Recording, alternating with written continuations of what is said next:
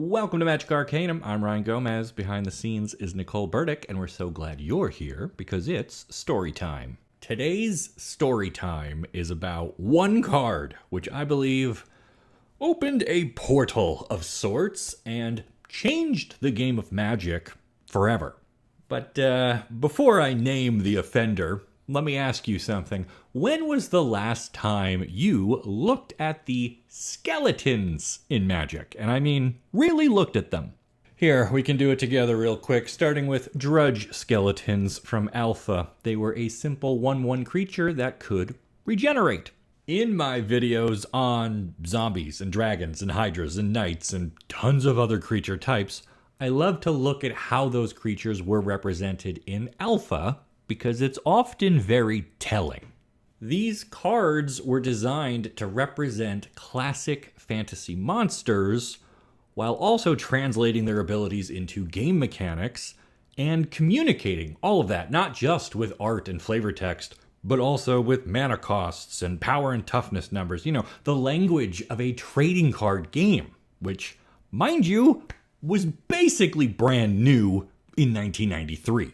For skeletons, these simple facts remain true for most of Magic's early days, right? They were almost always black, almost always small and cheap to cast, and most importantly, almost always had a way to regenerate or return themselves to your hand, if not the battlefield itself. In an article by Mark Rosewater posted in June of 2020, he says, quote, "For years, when we've designed skeletons, the trope we'd most often follow were skeletons that reassemble themselves when they're destroyed.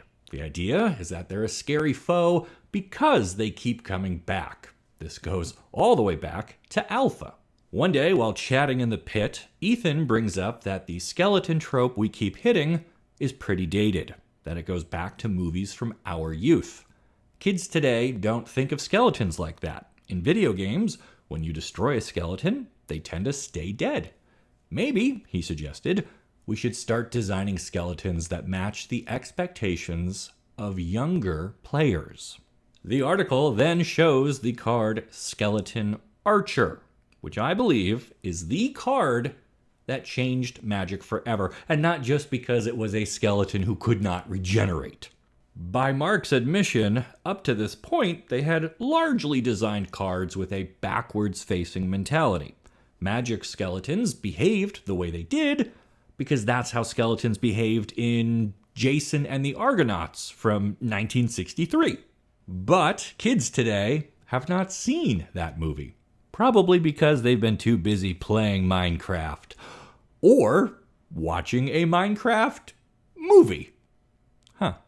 Anyway, Mark's point about rethinking their design specifically to match the expectations of younger players is huge. Once that seed was planted, once they opened their minds to the idea of designing cards to appeal to the younger audience, the course of Magic was forever altered. And yes, I brought receipts.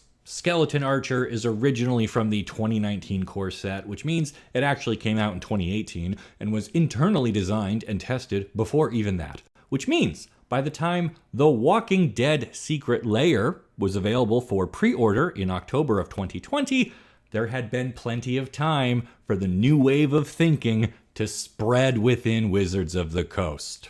Once you decide to model your skeleton after a Minecraft skeleton, why not model your zombies after Walking Dead zombies? Heck, why not just get actual Walking Dead characters? Why continue to develop your own interesting heroic characters inspired by outside properties when you can just bring in Marvel, Assassin's Creed, or Final Fantasy?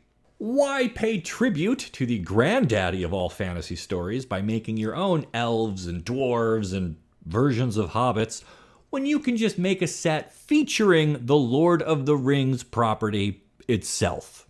What I'm saying is all of the crossovers, the Secret Layers, the Universes Beyond, and the Ravnica Clue game in a box thing, they all owe their existence to Skeleton Archer. Not because it was a super fancy card that changed skeleton typal decks for Commander or anything, but because it was the first concrete piece of evidence that Magic was starting to target an audience other than the one that grew up on it in the 90s. And to be clear, Magic was always inspired by outside elements. I know that.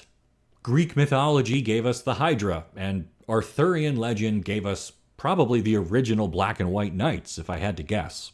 But the amount of separation between those original stories and the cards that they inspired was huge compared to the razor's edge that separated the release of Minecraft and Skeleton Archer.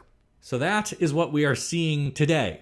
Not the Fortnite or Legofication of Magic, but a speeding up of the game's own internal, call it clock of homage. The creators don't wait years or decades or centuries anymore. They tap into pop culture right now. And that's why so many of us longtime players are finding things increasingly uncomfortable. Nobody likes to be reminded they are getting old. Nobody likes to be made to think that their preferences or inspirations are now dated, and thus less valuable than some 9-year-old with a TikTok account.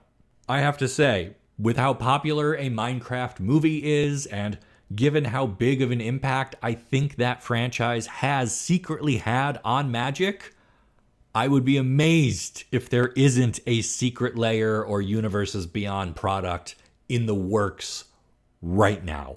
But what do you think? Was Skeleton Archer the turning point that opened the floodgates for a design revolution within the hallowed halls of Wizards of the Coast? Or was it just a random core set common that I am overthinking because I am Steve?